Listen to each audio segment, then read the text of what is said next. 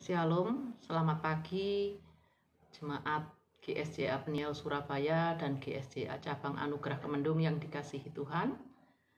Bertemu kembali dalam program Mimbar Gemar Online GSJA Peniel Surabaya pada hari Jumat tanggal 1 Juli 2022 bersama saya Dian Purworini.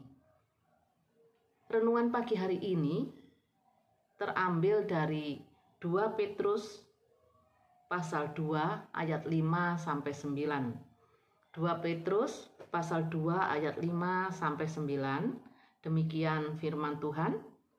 Dan jikalau Allah tidak menyayangkan dunia purba, tetapi hanya menyelamatkan Nuh, pemberita kebenaran itu, dengan 7 orang lain ketika ia mendatangkan air bah atas dunia orang-orang yang fasik. Dan jikalau Allah membinasakan kota Sodom dan Gomora dengan api, dan dengan demikian memusnahkannya dan menjadikannya suatu peringatan untuk mereka yang hidup fasik di masa-masa kemudian, tetapi ia menyelamatkan Lot, orang yang benar, yang terus-menerus menderita oleh cara hidup orang-orang yang tak mengenal hukum, dan yang hanya mengikuti hawa nafsu mereka saja. Sebab orang benar ini tinggal di tengah-tengah mereka dan setiap hari melihat dan mendengar perbuatan-perbuatan mereka yang jahat itu, sehingga jiwanya yang benar itu tersiksa. Ayat yang ke-9. Maka nyata bahwa Tuhan tahu menyelamatkan orang-orang saleh dari pencobaan, dan tahu menyimpan orang-orang jahat untuk disiksa pada hari penghakiman. Puji Tuhan, demikian pembacaan kita pada pagi hari ini. Renungan hari ini saya beri judul, Tuhan tahu menyelamatkan orang benar. Bapak, Ibu, Saudara yang dikasihi Tuhan, sebagai orang yang percaya yang hidup di tengah-tengah dunia yang penuh dengan kejahatan, kecemaran, ketidakadilan, dan masih banyak lagi kehidupan dosa yang mengelilingi, bahkan menghimpit orang percaya, dan yang membuat orang percaya atau orang benar itu menderita.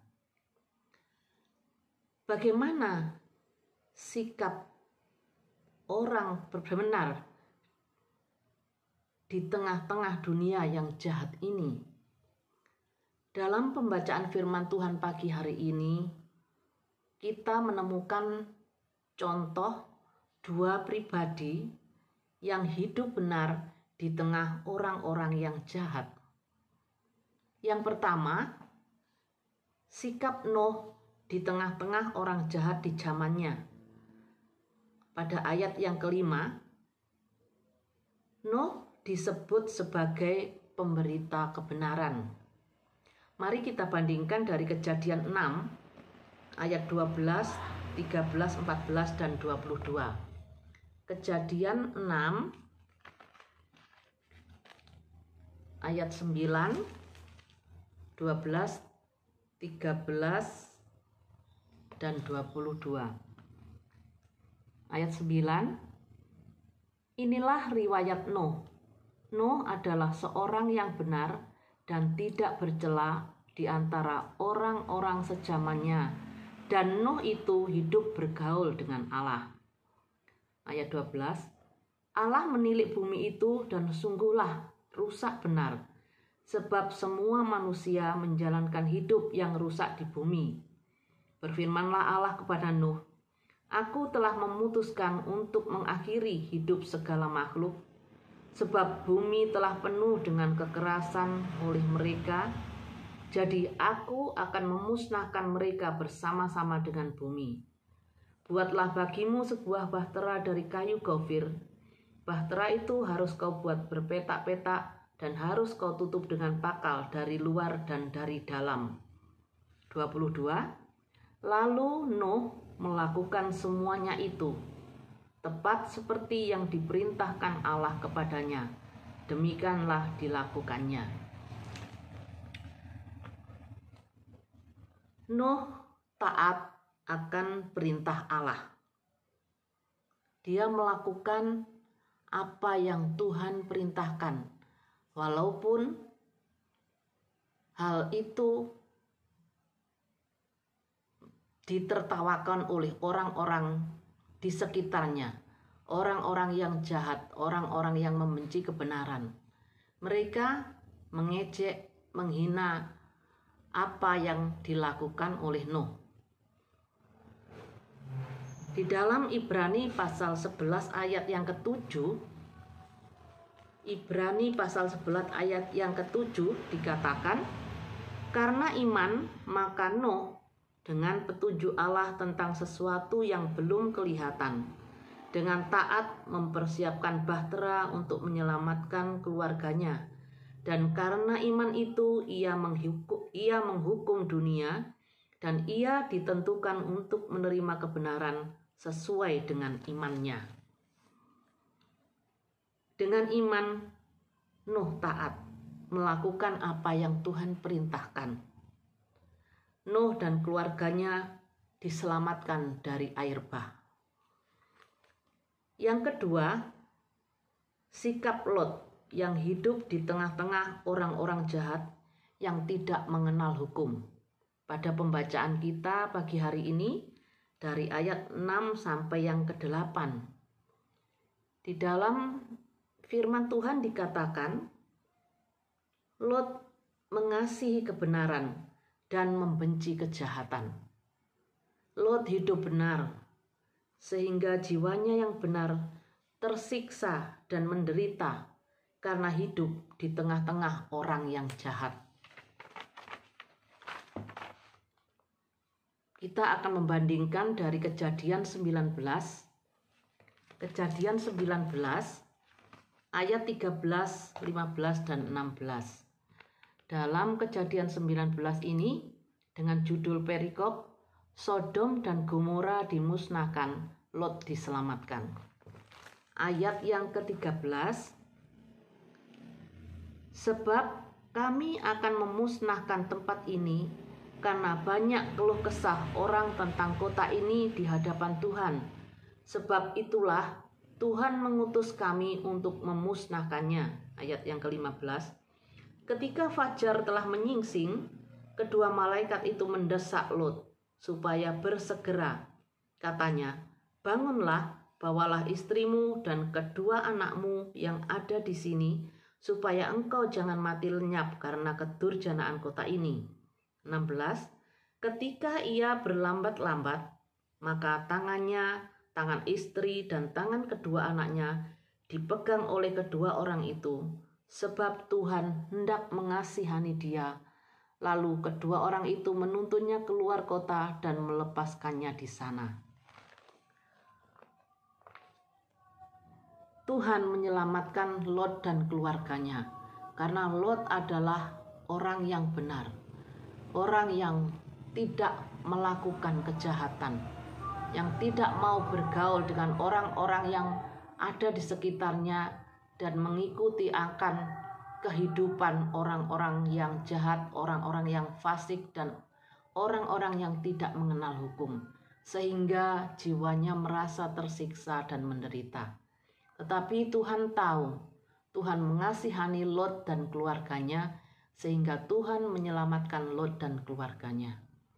Bapak Ibu yang dikasihi Tuhan, melalui teladan kedua pribadi dalam pembacaan firman Tuhan pagi hari ini, kita juga harus berani mengambil sikap sebagai orang yang percaya pada Tuhan Yesus, atau sebagai orang yang benar, yang hidup di tengah-tengah dunia dan orang-orang yang hidup di dalamnya yang ada di sekitar kita.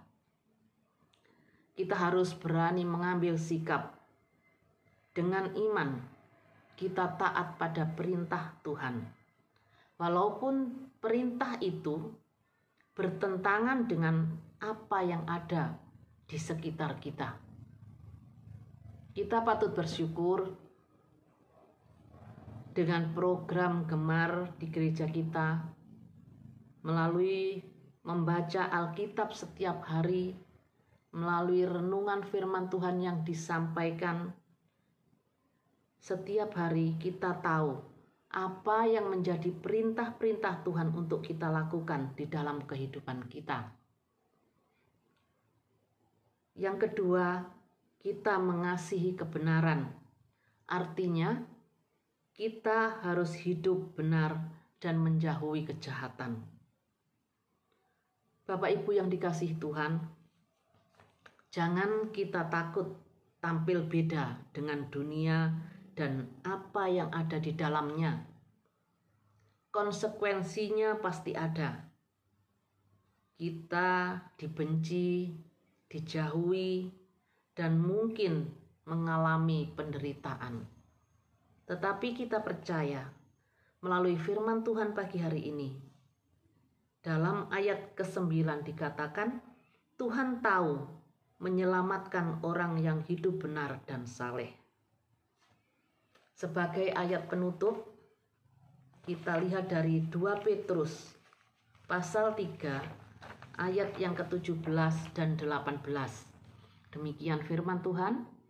Tetapi kamu, saudara-saudaraku yang kekasih, kamu telah mengetahui hal ini sebelumnya. Karena itu waspadalah, supaya kamu jangan terseret ke dalam kesesatan orang-orang yang tak mengenal hukum, dan jangan kehilangan peganganmu yang teguh. Tetapi bertumbuhlah dalam kasih karunia dan dalam pengenalan akan Tuhan dan Juru Selamat kita, Yesus Kristus. Baginya kemuliaan sekarang dan sampai selama-lamanya. Amin. Mari kita tutup dalam doa. Bapa di dalam Tuhan Yesus Kristus, terima kasih atas kebenaran firman-Mu pada pagi hari ini yang telah mengajarkan kepada kami untuk kami hidup benar, melakukan kebenaran, membenci kejahatan, walaupun kami hidup di tengah-tengah orang yang melakukan kejahatan, supaya kami berani tampil beda, supaya kami tetap mentaati akan perintah-perintah Tuhan untuk menjauhi kejahatan. Dan kami benar-benar mau melakukan perintah-Mu sesuai dengan hukum-hukum-Mu yang ada. Terima kasih Bapa di surga, supaya kiranya firman-Mu pagi hari ini boleh menguatkan kami, boleh menuntun kami dalam menjalani kehidupan kami sepanjang hari ini untuk melakukan segala aktivitas kami. Dalam keadaan apapun yang kami hadapi, di tengah-tengah dunia yang penuh dengan kejahatan ini, mampukan kami Tuhan untuk hidup benar. Mampukan kami untuk taat akan perintah-Mu dan melakukannya. Terima kasih Bapa di surga, kami menyerahkan anak-anak-Mu, jemaat-Mu GSJA Peniel Surabaya dan GSJA Cabang Anugerah Kemendung dengan semua kegiatan dan aktivitas sepanjang hari ini. Di dalam kami melakukan tugas-tugas kami, kiranya Tuhan memberi kami kekuatan, pimpinan, dan juga memberkati kami. Jadikan hidup kami berkat bagi orang-orang yang ada di sekitar kami. Terima kasih Bapa, kami mengucap syukur atas hari yang Tuhan berikan kepada kami pada hari ini. Di dalam nama Tuhan Yesus Kristus, kami sudah berdoa dan mengucap syukur. Haleluya. Amin. Selamat bergemar dan selamat melakukan aktivitas. Tuhan Yesus memberkati.